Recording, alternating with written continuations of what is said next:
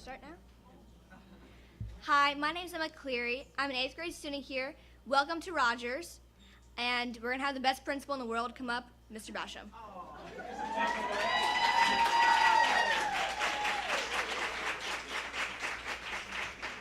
I have Emma's check for you right afterwards, Emma. So, that's right, absolutely. Good morning. It's such a privilege to have everyone here for the start of the school year. Our staff here at Rodgers is very excited to be kicking off this 21-22 school year, and we're especially excited because we get to have all of you here and help represent all of the students and faculty and staff in Hillsborough County and share with everyone a little bit of some of the great things that go on in our community. Here at Rodgers, we're a Cambridge International School. We're one of 3 here in Hillsborough County. What that means for our students is that they have research-based practices and curriculum that they can use and that our teachers or the students can be exposed to and that our teachers can use to enhance and enrich the curriculum that the state of Florida puts forth for our teachers to help our students be successful as they grow up and go on into life. One of the really great things about having a Cambridge International School is that it's research-based, and what Cambridge leans on are things that research has shown kids will be successful with after they get out of school, regardless of whether they choose to go to college or go out into the workforce or go into the military. There's 5 attributes that our students are exposed to and that our teachers incorporate and infuse into the curriculum with the students. Those are confidence, responsibility, reflection, innovation, and engagement. And if you think about those things, those are things that we can all use on a daily basis in our daily interactions with people, but especially when we go to work. If you think about innovation, that's an opportunity to be creative. If you're engaged, it means you're involved. You're looking for solving problems at work in a positive manner. So the students here are exposed to that. We, of course, have a curriculum that allows us to infuse those things. Our students have the opportunity to have agriculture while they're here. Outside of their 4 core areas, they can have agriculture, band, chorus, orchestra, art, and all of those things. Don't let me forget about coding. I got to make sure I talk about coding. Yeah, we do coding, yes, absolutely. Coding and the things that we have going on in technology. But outside of that, one of the things, all of those things make Rodgers really special, but the thing that makes Rodgers the most special, and this is my 2nd year at Rodgers. Last year was my 1st year as principal here. And as I start my 2nd year and what I learned last year is the thing that makes this school the most special is the folks that walk around in it. Schools are meant to be community builders. They are communities, and there's so much. If you spent any time at a school in the summertime by yourself as a principal, or you know that these places are so much better when the kids are in them, but also when the magic happens, the teachers, okay? And what I can tell you at Rodgers is we have a very special group of teachers. And I was very impressed with their level of professionalism last year, the way they showed up every day, and the way they've come back to work this year. And I know I'm talking about my teachers here, but when I talk to my peers and colleagues around the district, what I hear from the principals is they're echoing that same sentiment, that it's the teachers that help make the magic happen and make things special for kids. And so when you think about Rodgers, you can think about the fact that we're a Cambridge International School, and you can think about, do they have ag? Do they have Spanish? Do they have algebra honors? Do they have things that are going to help my student be successful in terms of accelerating their learning? But I want you to remember the thing that's most important is the caring individuals who show up every day. And that's what makes us special. And I invite you to come on our campus and be a part of it. All right. Somebody said to me the other day, "Are you excited about your school?" Yes. Yeah, I am excited about my school. At this time, I'd like to bring up our board chair, Miss Lynn Gray, and she has some welcome you.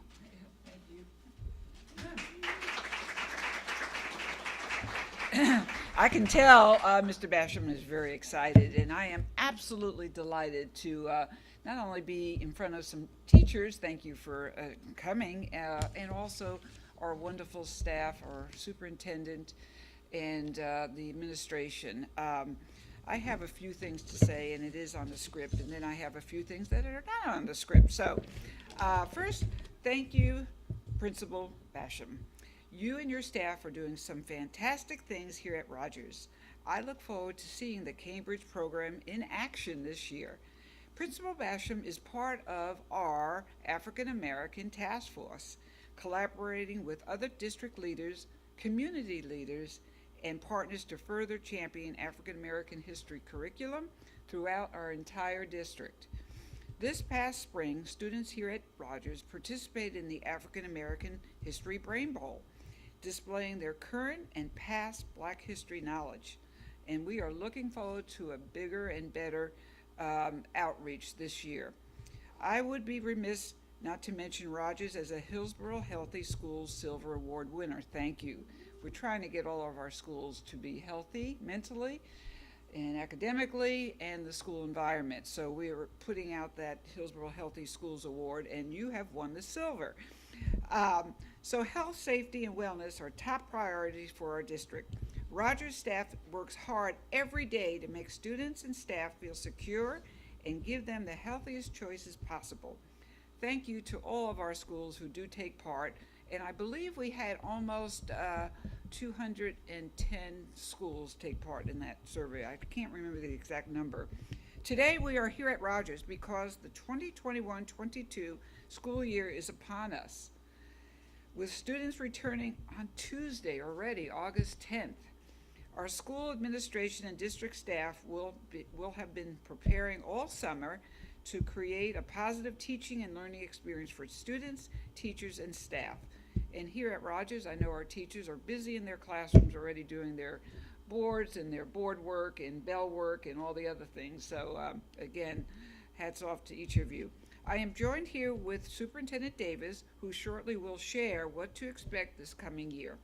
And let us remember, whether students are attending in person or via our Hillsborough Virtual K-12 program, we are all in this together. The common thread that we all have is the welfare and safety of our children. And that is what should bring all of us together on the same page. So, having said that, and I'm not going to give away everything that Superintendent Davis is going to say, the number one priority, and what's on many people's mind, is the safety of not only, of course, our children, right, but our community leaders, our teachers, our administration, our custodians, our guidance counselors, food service. Everyone is extremely critical that we take good care of them. We also are reminded, and Superintendent Davis will speak on this, that we will be opening up more vaccine centers, so the ability will be vast in terms of the ease of getting a vaccine. We are also going to very much support vigorously that we wear a mask during schools, and that will be shared by him. The safety of the school or children, and I'll say this again and again, is number one priority of all the school board members. And myself, I have 2 grandchildren, live about 10 minutes from here. I think every one of us has or know children that we care tremendously about. So that's a huge priority. We are super focused on that. Also, and I'm just going to speak briefly, we want to improve always not only the mental well-being, which is critical, and thank you, Laura Hovenstein, for being here, guidance counselor. Thank you, the guidance counselors. The mental is critical, but also we want to increase the academic performance and focus. And if I'm not mistaken, I think Superintendent Davis, didn't we have, out of our transformation schools, the FSA, 14 of them went above and beyond out of 28? So last year, even though we had one heck of a year, we still saw in many cases a rise in the FSA scores. And last, focus is parents. We want parents, and as Mr. Basham said, our community leaders involved in our schools as much as possible. And we know that those ingredients make or break the successful trajectory of our students. And with that, I think they're going to put a hook and have me go off the stage. So the main person in the show will be introduced by Mr. Basham. Thank you.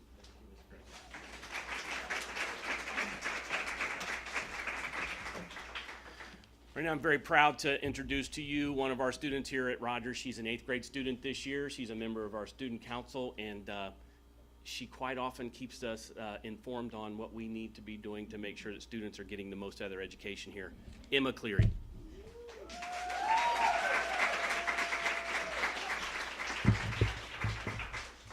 Hello, my name is Emma Cleary, and I love Rodgers Middle School. And that means you too, Mr. Basham. One of the reasons I love Rodgers Middle School is because there's a lot of cultural diversity. Including my friend group. I'm a little nervous.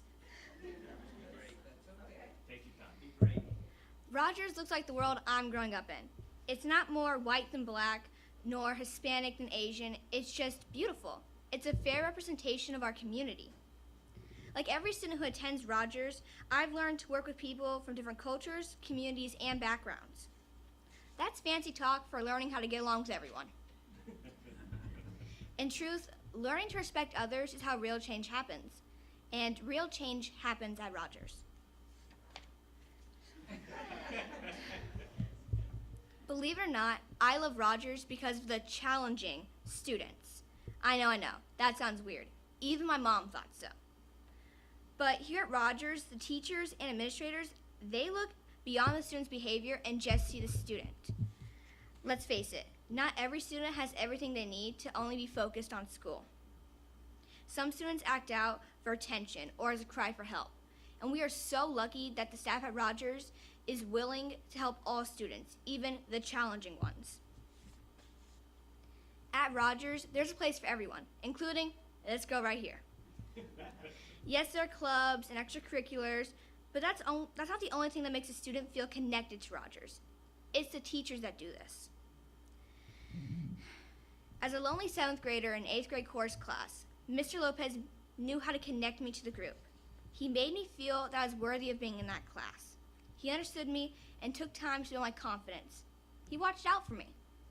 Mr. Cam, my 6th grade history teacher, watched out for me too. He's known for texting my parents if I was off, or to give a compliment when I was on, or to warn them about a Valentine's Day dance where I might have finally gotten a boyfriend. Thanks a lot, Mr. Cam. And if you're wondering, I didn't get that boyfriend. If you think that's good, then you should see all the teachers working together. They're like a big old family. At the end of the day, Rodgers is a place where I feel safe because of all the drills. No, kidding. But I do feel safe here. I feel like I can be myself. Rodgers is a place where I'm able to fail and try again and fail, even though if you've had me as a student, you know I hate failing. But that's not the point. The point is, I wouldn't feel this way if it weren't for the teachers. All the fancy programs and sports and clubs don't mean anything without them. The teachers are Rodgers Middle School, and that's why I love Rodgers Middle School. Thank you.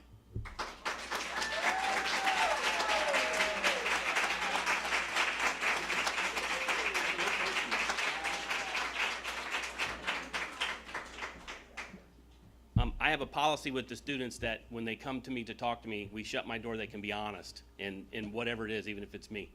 Just so everyone's clear, Ms. Cleary came up with her own speech today because I told her to be honest. And so Emma, thank you. I know the staff appreciates it. Look, they're wiping eyes over there.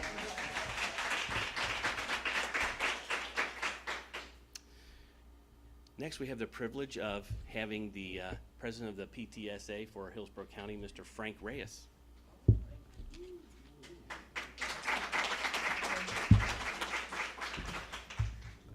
Why do you have me follow that? I mean, really? You're having trouble. Exactly. I see where I stand. Hey, thank you all very, very much for giving PTSA from Hillsborough County an opportunity a few minutes to get in front of you. My name is Frank Reyes. I am the Hillsborough County Council PTA president.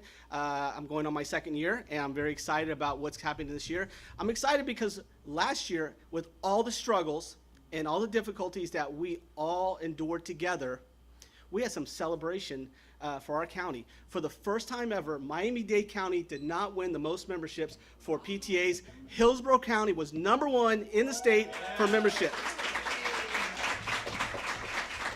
And Rodgers being a very active PTA had a lot to do with that. So thank you all very, very much for that. Wonderful news. And not only that, we just chartered our Hillsborough virtual schools as well. So that's the first time ever we've done that. So great celebrations this year. We've really got off. So what I'm going to talk about real quick, just a couple of minutes, is the importance of family and parent engagement, and then how to increase that family and parent engagement. So couple things. I'm not going to bore you with a lot of references, but I'm going to tell you studies have showed that students with two parents in supportive roles, okay, are 52% more likely to enjoy school and get better grades than students with parents who are disengaged with what's going on in school. And even children with one involved parent or mentor have higher scores. Now, we don't live in a perfect world. We know parents sometimes are not in the same household, but when they work together because they love their children and their child, it makes a huge difference, and it's impactful for our kids. And the numbers are showing that. And also it goes on to say children have better self-esteem, are more self-disciplined, and show higher aspirations and motivated towards school. So wonderful news to hear about that, but it just shows the importance of how we as parents, caregivers, uncles, aunts, sisters, brothers, neighbors have a huge influence on our children and how they succeed at school and outside of school. Now, how do we get more parent engagement? Unfortunately, it's going down every year. Now, we did win, but it is still going down. And a lot of it's because we are battling with other groups. You know, you have boosters, you have different other groups, you have soccer, baseball, music, all the wonderful things. And sometimes you just simply have a few minutes where the family can just eat together and hang out together. We understand that, and those are important things that we need to continue to do and encourage. But we still have to find a place for our parents to be involved both in school and out of school. So a couple things. You don't have to write these down. We will post these out. But you must show value in PTA. Okay, I tell everybody, if you want to do something, you're going to find a way of doing it. No matter how much time you have or you don't have, you're going to find to do something. Movie comes out and you're like, man, I'm busy, I can't do it. You're going to find a way to get to that movie, okay? You're going to find a way to do things. So we have to add value to what PTA is all about for our parents. Let them know the impact it makes for our children each and every day through programs, through socialization, through anything that a parent can give. And that brings me to the next thing is finding and evaluating the talents and gifts that every parent or caregiver brings to that school. I tell our PTAs, every single parent and caregiver you have has a talent and a gift. For some of them, it's speaking out here. For some of them, it's writing notes down and making sure that they're documented properly. For some of them, it's emailing and flyers and things like that. For some, it's programs and diversity, equity, inclusion. It could be anything, but we have got to search out and find those talents that our parents give and utilize them to the betterment of our school. We need to promote the welfare of children in home, in school, places of worship through the community. We need to advocate for laws to further the education. We need to promote the collaboration of engagement of families and educators for our youth. And we need to advocate for fiscal responsibility regarding public tax dollars and public education and funding. Some of those are probably very hot topics right now. But those are straight out of our bylaws. I didn't make these up. These are literally on the first page. That's how important they are. They are paramount to our association. But that is what PTA is all about. We must be willing, this is a big one, we must be willing to ask people personally to be part of the PTA. I know it's easy to put things on a sign. It's easy to email. It's easy to put it on Facebook, and for us old people, Facebook, I know. But it's easy to do that. But I'm going to tell you, as a guy, it took somebody walking up to me and saying, Frank, I need you to start up a male engagement group, okay? It takes that sometimes to get a parent, and it tells them that they are valuable, they're important, they bring something to the school and to the community. And sometimes we need as parents to hear that from other people. So make sure you talk to people personally. I told you we must look for talents. We need to also include our neighbors, not just our parents. You know, something, I was speaking to somebody else the other day, and they said, you know, Frank, you have all of these people that live around the school. Do you invite them to your meetings? And I'm like, well, no, not really. I mean, they're not in the membership. Why not? They're paying taxes for the school. They should be invited to those meetings and know what's going on, because the school is what brings a lot to the community itself. We learned that last year when we had food giveaways and we had devices we were giving out. The schools became a harbor for that community. So invite those the people, the neighbors, the business owners, the partners, to be part of those meetings so they know what's going on. Advocate through legislation. Okay, we go to Tallahassee every year, and we yell and scream and knock on the doors of all of our local and state legislators and let them know as parents what we need to be more effective in the schools and outside the schools. You guys, we are as powerful as each one of you bring, whether it's in Tallahassee, whether it's in Tampa, and whether it's at the school board. I know you guys get a lot of parents. It's important to hear the feedback of our community. Okay. Finally, I'm going to roll something out to you. You're only the second people to hear this. Forest Hills was the first one. This year, as president, we have a president's trophy. We give it out. It'll be the second annual one, so we've only done it once. The school's name will be put on it, and it's going to be on male engagement. Men make up 10% of a PTA. Okay, that is not. That's not cool. How's that? Okay, we have got to do our part. We have got to take ownership and to be more impactful and advocate for our children in the school. Okay, so what we're doing is we're going to give the trophy out to the PTA unit, and it may be Rodgers, who may have the most male memberships in their school. But it's not about numbers. It's about engaging our men in the school. It's about finding talents that they have, whether it's in the business world, whether it's at home, wherever it could be, and utilizing them to be more effective community leaders and parents and caregivers in the school, and just making that school an even stronger school. And finally, I asked principals. I asked this yesterday. I'm going to ask it again. My big ask, if you have a PTA that's active like Rodgers, awesome. Continue to support it. Be there for it, be a voice. If you don't have a PTA, start searching for those parents who are looking to help out. There's always parents who want to give more. We just have to search for them. We have to ask them. We have to be bold. Our kids depend on us to do this. Okay, we have 12 years to make the most impact on our kids. Let's not look back in that 13th year and say, wow, I wish I would have done something more. I could have spent a few more minutes. I could have done this event, or I could have read to my kid, or whatever it may be. So principals, reach out to your community leaders, your volunteers, find out how you can start your PTA. If you still have a problem, you can find me. I'm everywhere now these days, but we're on the Hillsborough County Council PTA website. We have a Facebook page. I have cards. We are more than happy to help you guys out in getting that started. With that, thank you very, very much for your time. I appreciate it.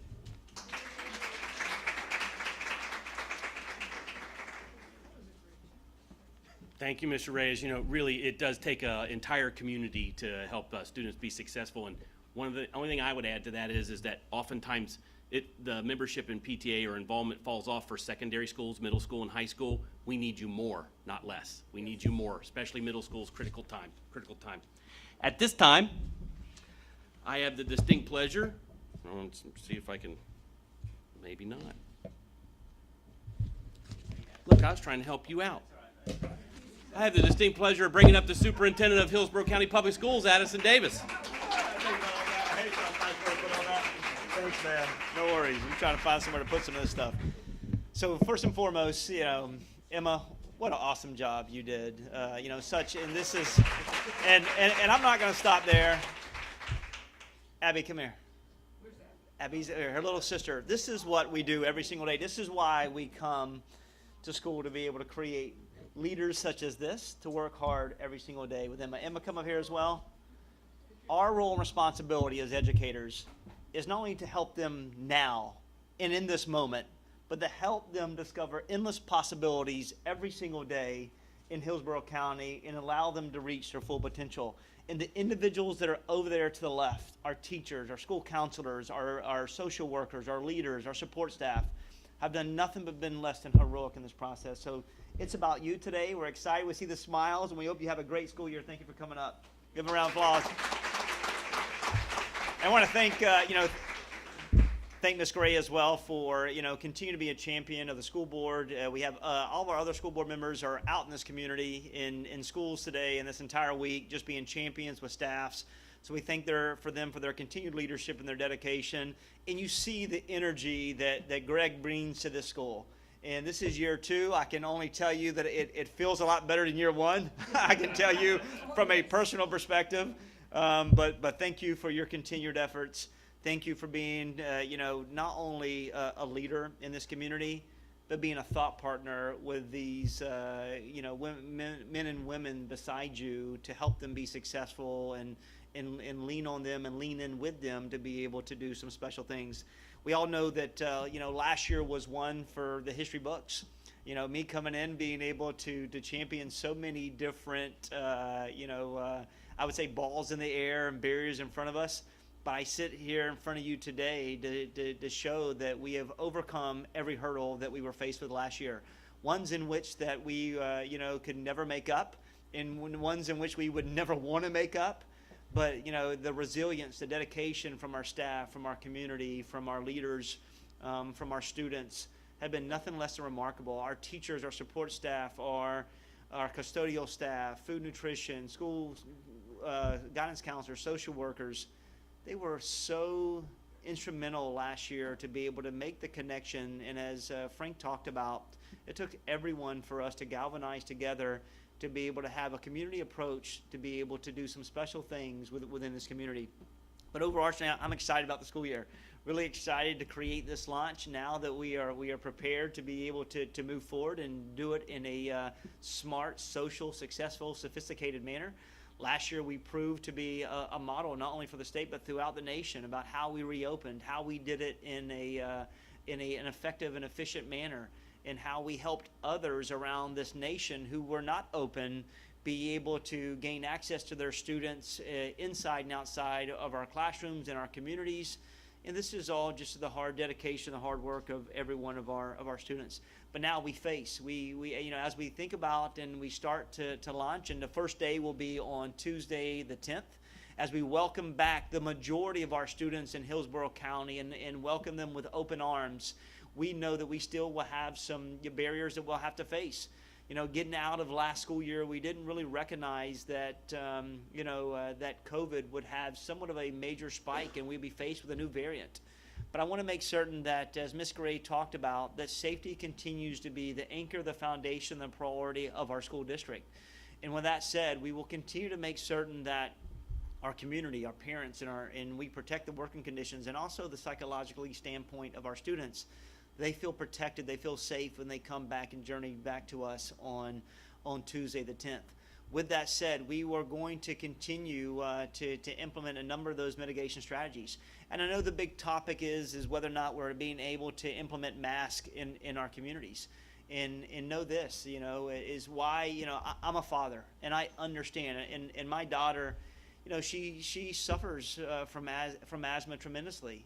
And we're trying to figure out what's the best, location for her to be, to be safe every single day, where she feels vibrant, where she feels supported, where she feels that she can thrive. And so when we talk about, whether it's, a leader versus a father making decisions, I make them with both angles.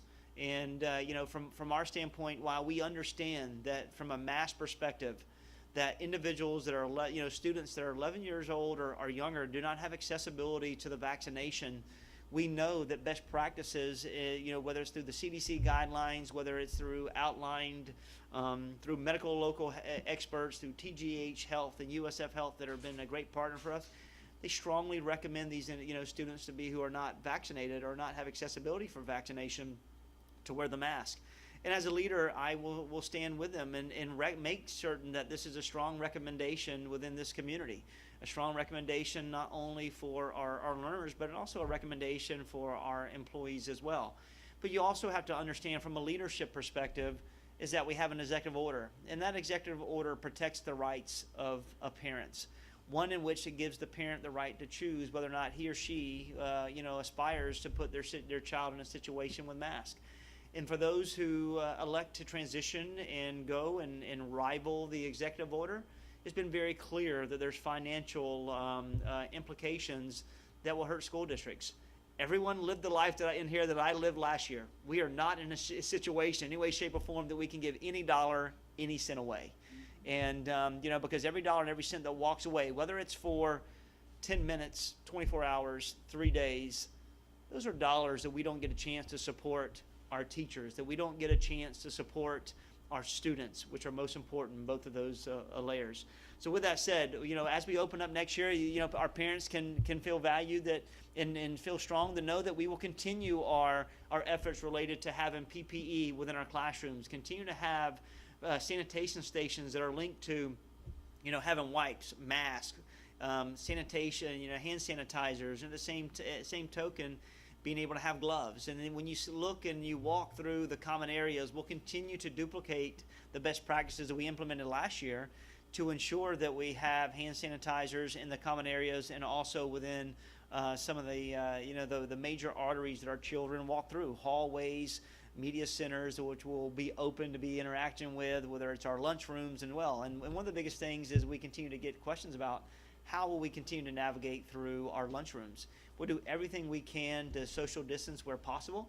And I've said it before last year, in education, social distancing is very hard to do. So in our lunchroom, we'll continue to make certain that we have, plexiglass barriers between our food nutrition services employees as they connect with our students. Everything will continue to be pre-packaged for our students so they feel safe. But as they transition in our lunchroom tables, we'll make certain that they have seating charts and those types of elements so that we can continue to track for indirect and indirect contact along the way. But overall, you will see we will have and launch a reopening plan that will go to our parents today.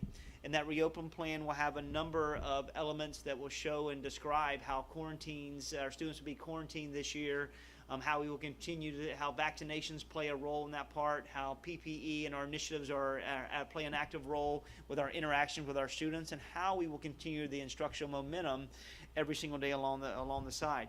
Parents can continue to navigate through our data dashboard. We were the first in the state last year to launch our data dashboard, which identified the number of positive cases for our students and at the same token for our employees.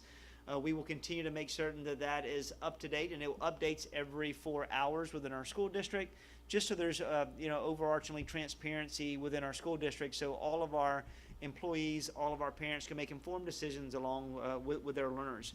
One thing we can say is that this is, we're able to use a dashboard to really look at trends and patterns. One's that to identify if there's a geographical location or school that may need additional supports, whether it's district staff or COVID commander or our local experts to walk those particular schools to be able to reinforce some of the strategies that allow us to lead to be successful. And then at the same token, when we talk about quarantines, this year we are going to reduce it from 10 days to 7 days.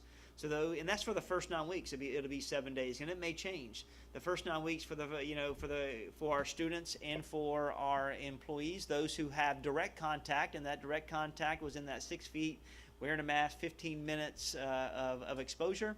Those individuals will drill down and will take the recommendation of the CDC, and it'll be 7 days, meaning that after the 6th day, on that 6th day, our students and our employees can go and obtain a COVID assessment. And if that assessment comes back in a negative approach or a negative finding, then they will be able to sit out the 7th day and then journey back to us on the 8th day so that we can continue the momentum. I'm just telling you very clear, we will, the majority of our students that were quarantined last year, the majority of the students were not deemed positive with COVID. So there was a lot of days that missed for students that could be in front of our teachers and in our schools where we need them the most. So I'm not afraid of looking at the second 9 weeks and looking at all the trends and patterns and reducing that number outside of the CDC guidelines to make it a 3 to 5 day quarantine and having a rapid assessment to bring our students back as soon and as possible to get them in front of us. While children are going to be quarantined, they can expect to continue to navigate and interact with our COVID, our quarantine resource center. And that's going to be found on hillsboroughschools.org, and that's from elementary and secondary, broken down for a number of instructional strategies, a number of contents, flip videos, in ways that our children can continue to focus on academics during that time. We are also in the process of working through standing up for the elementary pre-K through 5 through our academic services, with hiring a number of teachers to be able to provide immediate access and lessons to our students from K through 2 and 3 through 5 through Teams, or being able to leverage other media outlets so that instruction will continue. And at the same token, from 6 to 12, we're working with identifying a company that will provide students who are in grades 6 through 12, immediate 24/7 tutorial accessibility to tutoring, which will be live virtually as well. And these are just ways that we'll continue our process. I have every belief in the world that our teachers will continue to do a really nice job of uploading all their information in Canvas and being able to work with our students while they are potentially out, do that direct contact so that instruction can continue. I want our parents to know that if your child is quarantined, please work collectively with our teachers. Our teachers go over and beyond. They will help stand up lessons. They will provide information and interact with Canvas. And then at the same token, we'll have these K through 5, pre-K through 5 leaders and teachers ready to have that accessibility and working on 6 through 12 virtual tutorials as well. So a lot taking place with this. We get a number of questions right now. Well, how will we continue to support our children on our buses? We'll continue to make sure that we provide mask and PPE as well for that interaction, because we know that on a bus it's very difficult to the social distance. I will be very honest and open. The COVID has had a major impact for us hiring bus drivers.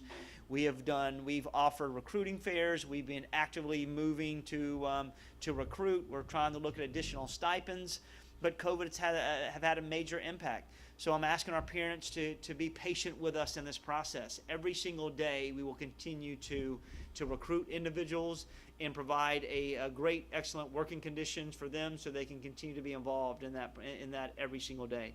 And then we're looking at, one of the questions we asked is, will there be a delay of the school year? The answer to that is no, not at this time. We have a calendar, we have a schedule. Our teachers came back on Monday. They're ready to go. When I walk in this campus, I feel the vibe, I feel the happiness, I feel the excitement, and openly, they're here getting ready for students.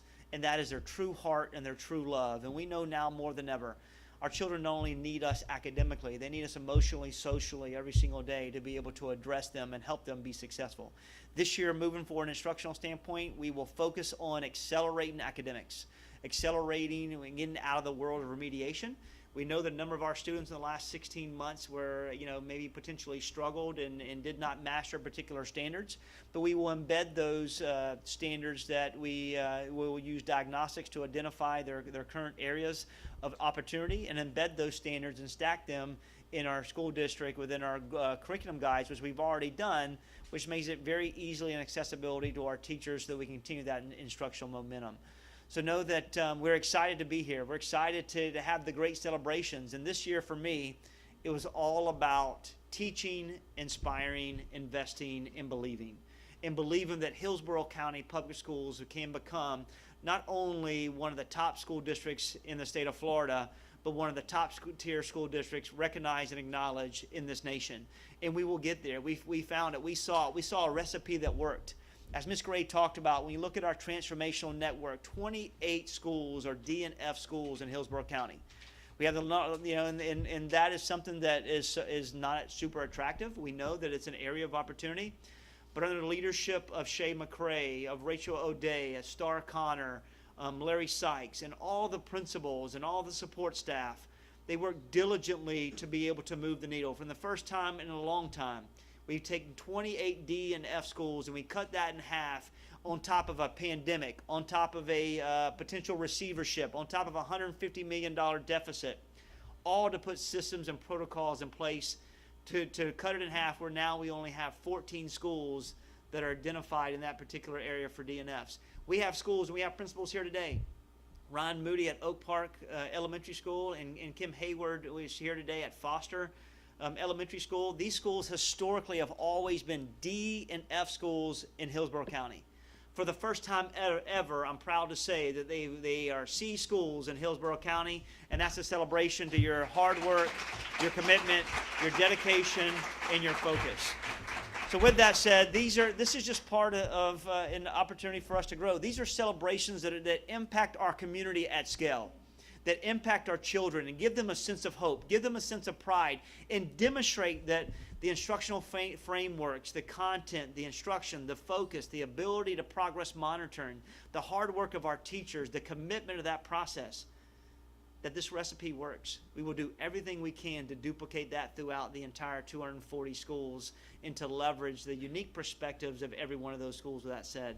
So with that, I'm going to ask at this particular time for Shay McCray to come up and give you a minute to talk about some of the great things we did in transformation, and then maybe let your leaders speak to some of their hard work, their dedication, because I'm so proud of you and so proud of all of our leaders every single day. Thank you. Good morning. Good morning, everyone. My name is Shay McCray, and I'm the chief of our Transformation Network. I proudly represent the schools that have the kids that have the most opportunity to have success. We have students that are not at risk. We have students that are at promise. And 14 of our schools were able to express that this year and was able to show learning this year. And if you all remember, we didn't finish school last year, so we had some lost academic time. Some of our students started in e-learning, right? And some of that was not an easy task and came back in January. And even through the trials and tribulations of COVID, our students were successful. Our students made gains. Our students saw the light and were able to reach that academic success. Today, I'm joined by Ryan Moody and Kim Hayward. I want them to join me. Come on up.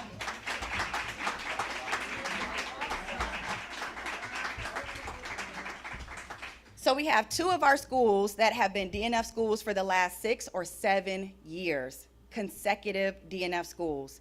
These two leaders were able to take both of those schools and to raise their scores all the way up to a C and almost a B over at Oak Park. Oak Park, thank you. We are going to get there. Oak Park Elementary had the highest percent of gains in the entire county. Of all 200 plus schools, Oak Park Elementary went up 176 points. It's unheard of. It is absolutely unheard of. Yes. So I want Ryan Moody to have an opportunity to talk about his success. And I am going to have Ms. Hayward have an opportunity just a moment to talk about their success. You have to hear it from the people that lived the experience every day. You have to hear it from the leaders that pushed in every day and did the work. So I don't want to take away their opportunity to speak. I didn't do this work. It was the leaders and the teachers in those buildings that did that work. I'm just here to support. So Ryan Moody, I'd like you to talk first, and then Ms. Hayward. Thank you, Ms. McRae.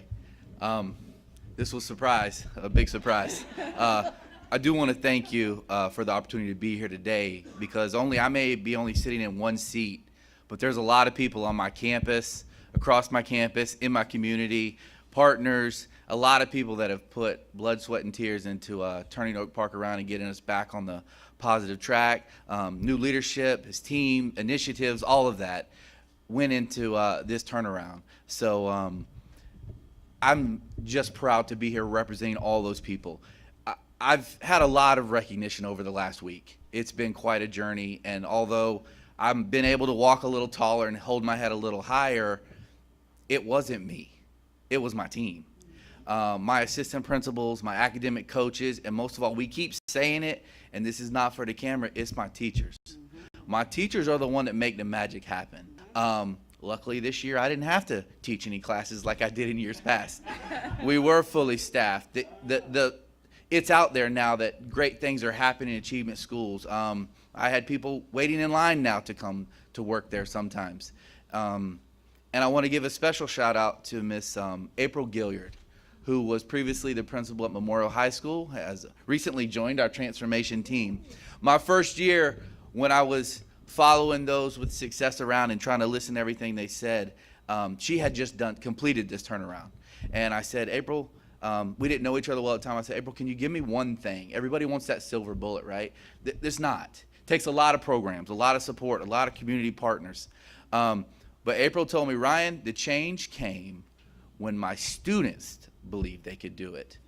I think it's very important to have an inspirational principal at all these schools. It's our job to bring the adults together and maximize everyone that steps on our campus. But all that being said, until the students believe that they can do it, that's when the magic really happened. And I can never replay the opportunities I've had over the last 3 years to watch the students at my school now hold their head high.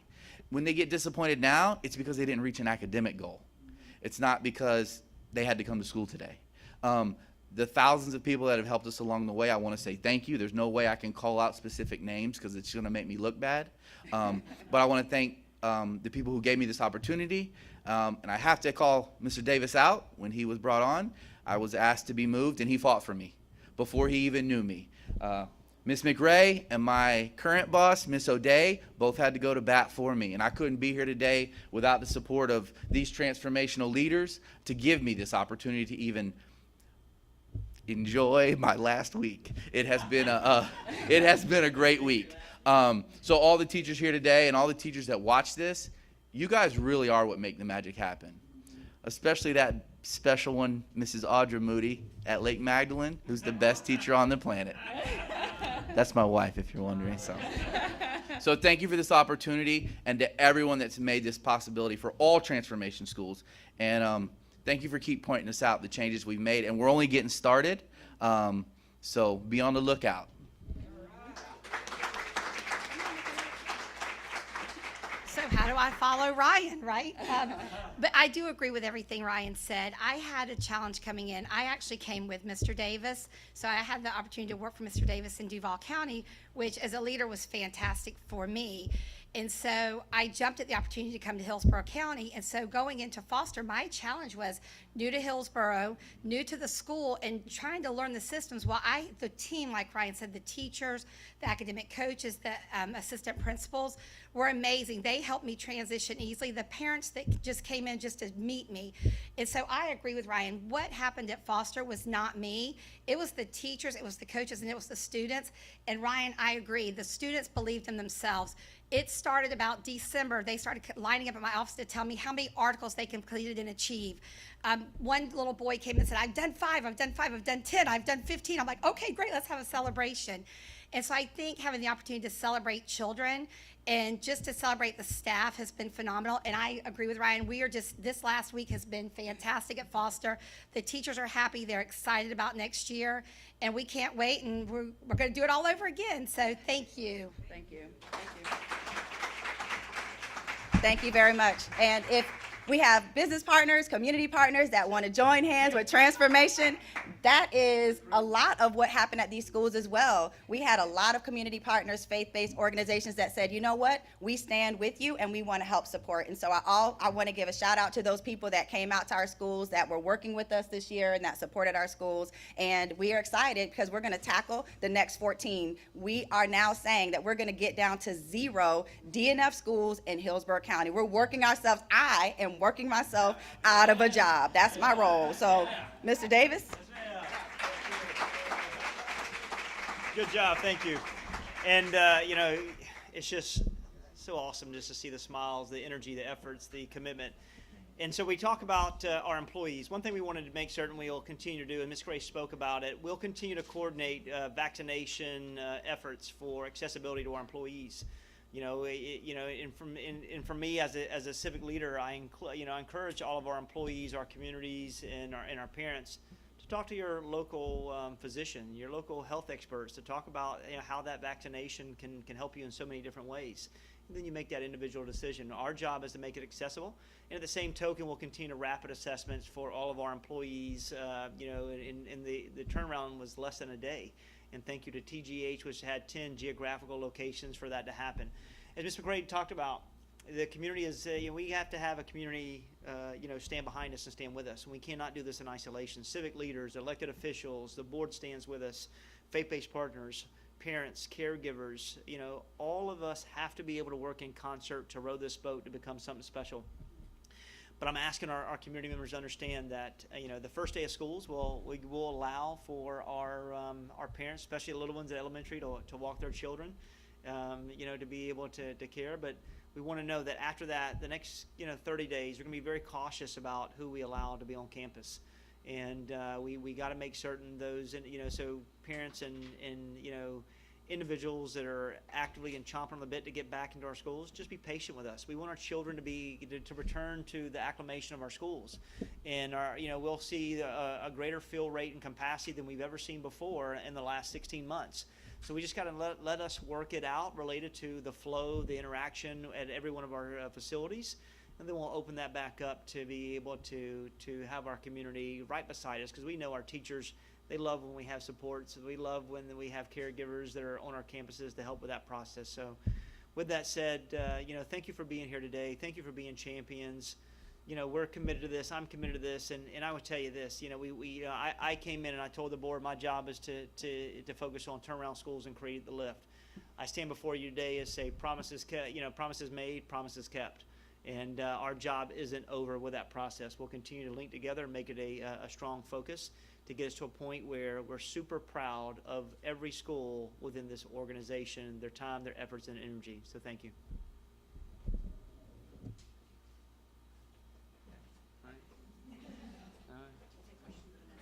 Okay, I'm gonna move this. I'll move them out and I'll come back and take some questions. Thank you. Y'all up next? You ready?